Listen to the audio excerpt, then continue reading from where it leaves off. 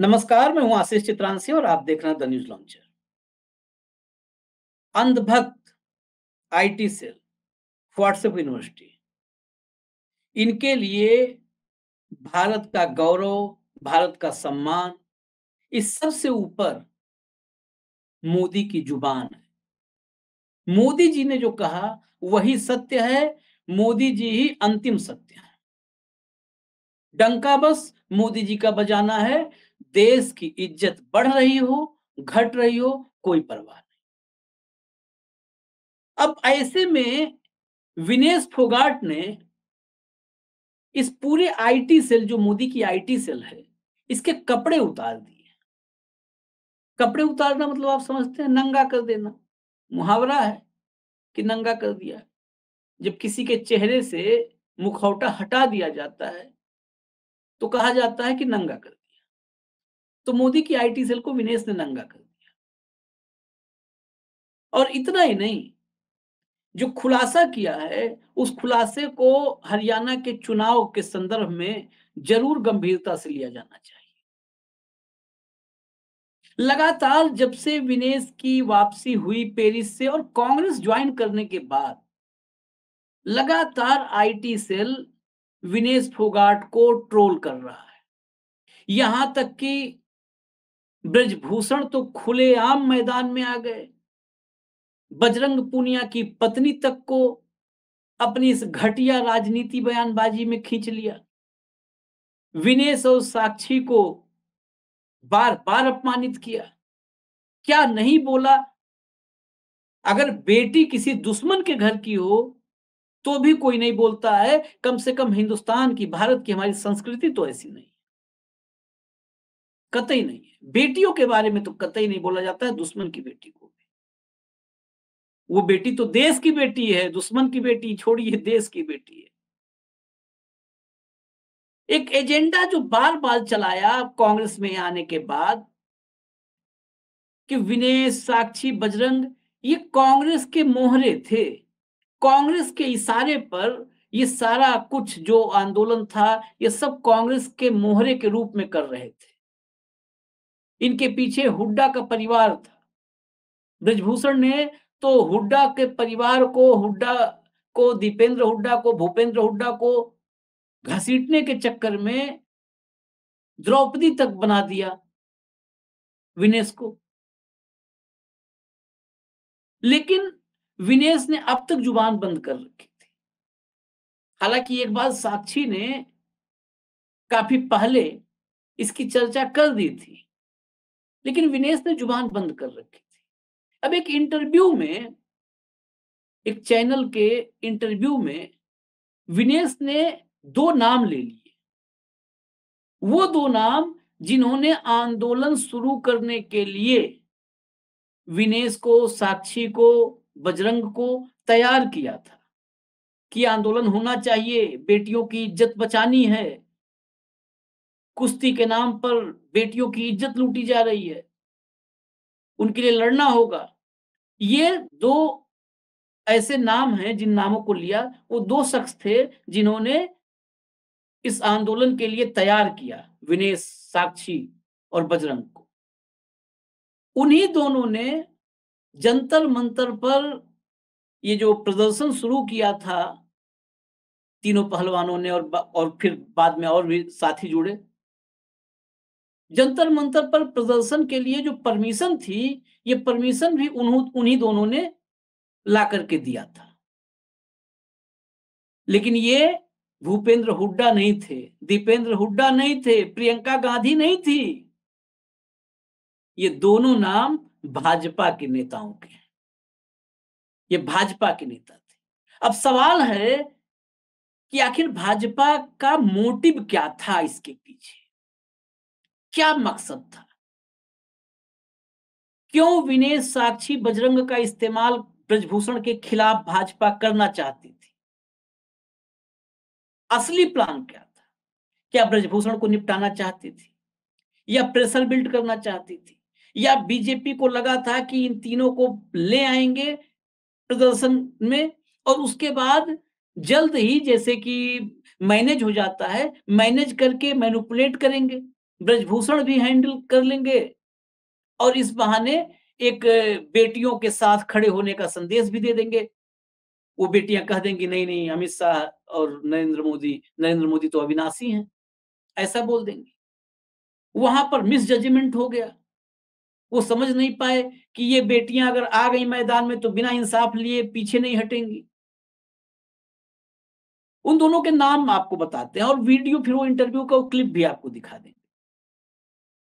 ये हैं बीजेपी के नेता, दोनों हैं, एक का नाम है तीरथ राणा और दूसरा नाम वो विनेश फोगाट की परिवार से ही है, भाजपा की अब नेता है बबीता फोगाट।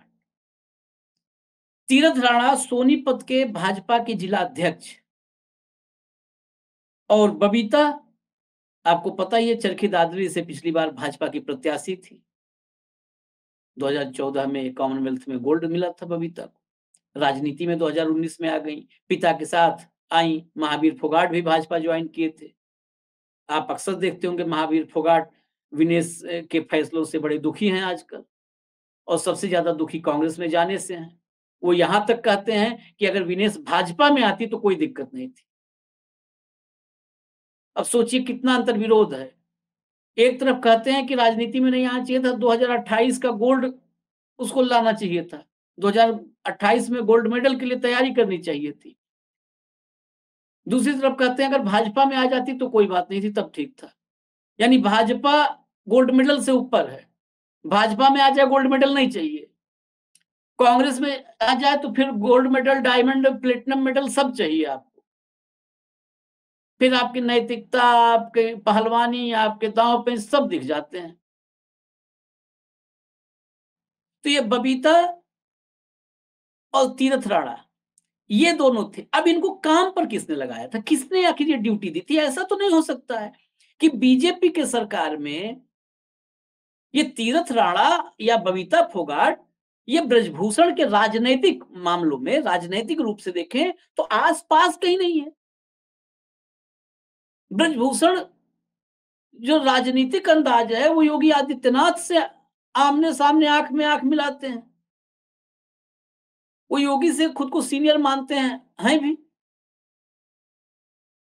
तो जो शख्स भाजपा के बड़े बड़े नेताओं को आंख दिखाता है, ये तीरथ राणा या बबीता फोगाट, ये अपने मन से इनकी ये दुस्साहस इनका नहीं हो सकता है कि भाजपा की सरकार में, मोदी शाह की सरकार में, उस सरकार के खिलाफ, उस सरकार के एक ताकतवर नेता के खिलाफ, उस पार्टी के, भाजपा के एक ताकतवर नेता के खिलाफ एक आंदोलन प्रायोजित करें, उस आंदोलन के लिए जो है तैयार करें पहलवानों को, आंदोलन करने की जगह पर परमिशन ला करके दें। कुछ तो माजरा रहा होगा, पीछे कौन था, ये विषय पड़ताल का है। लेकिन इस खुलासे ने ये आईटी सेल की इस नैरेटिव का कि कांग्रेस की मोहरा, कांग्रेस के मोहरे, कांग्रेस की एजेंट, सब पर पानी फेर दिया। हरियाणा के लोग तो वैसे भी विनेश को लेकर के बहुत उत्साहित नजर आ रहे हैं, जो भी फील्ड से रिपोर्ट हमारे पास आ रही है। लेकिन फिर भी एक नैरेटिव अन्य राज्यों में या हरियाणा के कुछ वर्ग में विभाजन, एक डिवीजन किया गया है, जाट बनाम नॉन जाट, ये सब करके बेटी, जहां पर बेटी और देश की बात है वहां पर भी विभाजन। लेकिन इस बयान के बाद उस पर भी पानी फिर गया। ये पूरा टाइमलाइन एक बार आपको देखना होगा, लेकिन उससे पहले मैं वो सुना देता हूं, जरा कंट्रोल रूम सुना दीजिए, वो क्लिप सुना दीजिए। मानिए हमारे बात पर मत मानिए, यकीन करिए, आप क्लिप सुनिए खुद। वो हमारे साथ में खड़े हैं तो उनको गालियां दे रहे हैं कि नहीं ये साजिश उनकी थी। मैं बताना चाहती हूँ बीजेपी पार्टी को, जब हम जंतर मंतर पे बैठे थे, बीजेपी के 2 नेताओं ने वो परमिशन ली थी जंतर मंतर की, और वो मीडिया में आया भी था। वो मीडिया उसको दिखा नहीं रही है, छुपा रही है, वो कांग्रेस का नाम लेके तीरथ राणा, बबीता फोगाट। हाँ, तो मतलब आपको भी पता है ना ये बात। तो कांग्रेस ने कैसे साजिश कर दी? ये तो बीजेपी ने ही साजिश किया। फिर अपने उसमें वो भी खिलाफत में थे पहलवानों के शुरुआत से ही। नहीं तो फिर वो हमें बिठाया क्यों? मतलब मुझे तो ये पॉलिटिक्स समझ में नहीं आ रही ना। फिर आपने परमिशन ली है तो आप बीजेपी पार्टी से पूछिए ना, कि आपके खिलाफ में इतनी बड़ी साजिश क्यों की? वो तो बीजेपी ने ही की है। फिर हमें जो बिठाया वहां पे, बोले कि हम आपको न्याय दिलवाएंगे। पता तो सबको था रेसलिंग में क्या चल रहा है। हमें वहां पे बिठा दिया और फिर हमारा झूठा समझौता करवा रहे थे, जो हमने नहीं किया किसी भी कीमत पे। 4 महीने तक हमें पागल बना के रखा कि नहीं ये मीटिंग बिठा देंगे, वो मीटिंग बिठा देंगे उस टाइम पीरियड में, ताकि लड़कियों को तोड़ ले। वो तोड़ी भी लड़कियां, लेकिन बोलते हैं ना कि किसी ना किसी का तो जमीर जिंदा रहता ही है। अंत में अमित शाह, अनुराग ठाकुर दोनों से मुलाकातें हुई, कुछ समझौते पर या दोनों के बीच में सहमति नहीं बनी? सहमति तो हमारी नहीं बनी ना। वो तो समझो इस चीज पे समझौता होता है क्या? जो लड़कियों के साथ जो गलत हो रहा है उस पे समझौता थोड़ी होता है, उस पे तो न्याय होता है बस। वो न्याय नहीं किया उन्होंने। समझौता कोई छोटी चीज नहीं थी समझौता करने की। समझौता, बेटियों की इज्जत पर समझौता, ये शब्द भी बड़ा जबरदस्त है कि समझौता हो रहा था। ये समझौते की बात है, जो समझौते की पूरी टाइमलाइन भी समझना जरूरी है। 18 तारीख जिस परमिशन की बात हो रही है और जिस आंदोलन की शुरुआत की बात हो रही है, 18 जनवरी की तारीख थी जब पहली बार विनेश, साक्षी, बजरंग, कुछ और पहलवान ये जंतर मंतर पर शुरू करते हैं आंदोलन को। 3 दिन ही बीतते हैं शुरुआत में। इसीलिए देखिए बाद में हाथ से निकल गया। इस बात को आज इस टाइमलाइन को बताने का मकसद है, आप समझिए कि बीजेपी के नेताओं ने कहा कि भाई गलत हो रहा है, इसके खिलाफ आवाज कोई नहीं उठा रहा है, उठना चाहिए आवाज, बेटियों की इज्जत की बात। विनेश, साक्षी, बजरंग को लगा वाकई भाई बेटियों की इज्जत की बात है, हमारी बहनों की इज्जत की बात है, लड़ना चाहिए। ये पहलवान सीधे सपाट देखने वाले, बुद्धि में कल बल छल था नहीं, ये आ गए।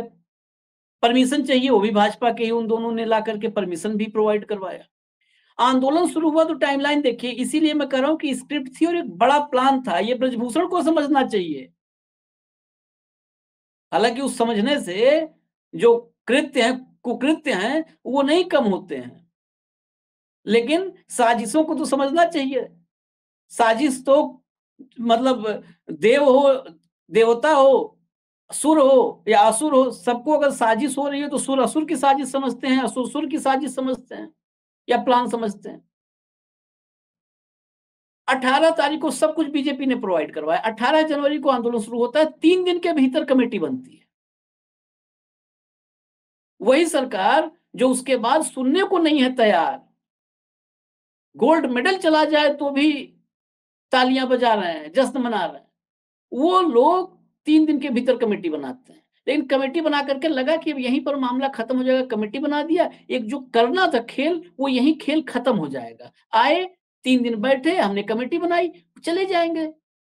कहाँ उतना उनको समझ है और कहाँ वो सरकार से बार बार लड़ने आएंगे। और वो कमेटी बन गई, वो कमेटी क्या कर रही है, क्या जांच की, क्या पड़ताल की, क्या रिपोर्ट, कोई खबर नहीं। यहीं पर चूक गए हुजूर। ये विनेश, साक्षी, बजरंग ये सब 29 अप्रैल को दोबारा आ गए, जब देखा कि भाई अब जब इज्जत के लिए ही लड़ाई शुरू की है तो बिना इंसाफ के कैसे बैठ जाएंगे। ये 29 अप्रैल को दोबारा पहुंच गए जंतर मंतर, आंदोलन फिर शुरू हो गया। अब लगा कि मामला गलत हो गया, बयाना उल्टा हो गया। जब बयाना उल्टा हो गया लग गया तो सरकार ने ध्यान देना बंद करते रहो आंदोलन। 28 अप्रैल को 23 अप्रैल को ये दोबारा बैठे थे, 23 अप्रैल को जंतर मंतर पर। 28 अप्रैल को सुप्रीम कोर्ट जाते हैं। ब्रजभूषण पर अब तक 18 जनवरी से कमेटी बन गई, सब हो गया, न केस एफआईआर कुछ भी नहीं हुई, कोई कार्रवाई नहीं। सुप्रीम कोर्ट 28 अप्रैल को चले जाते हैं।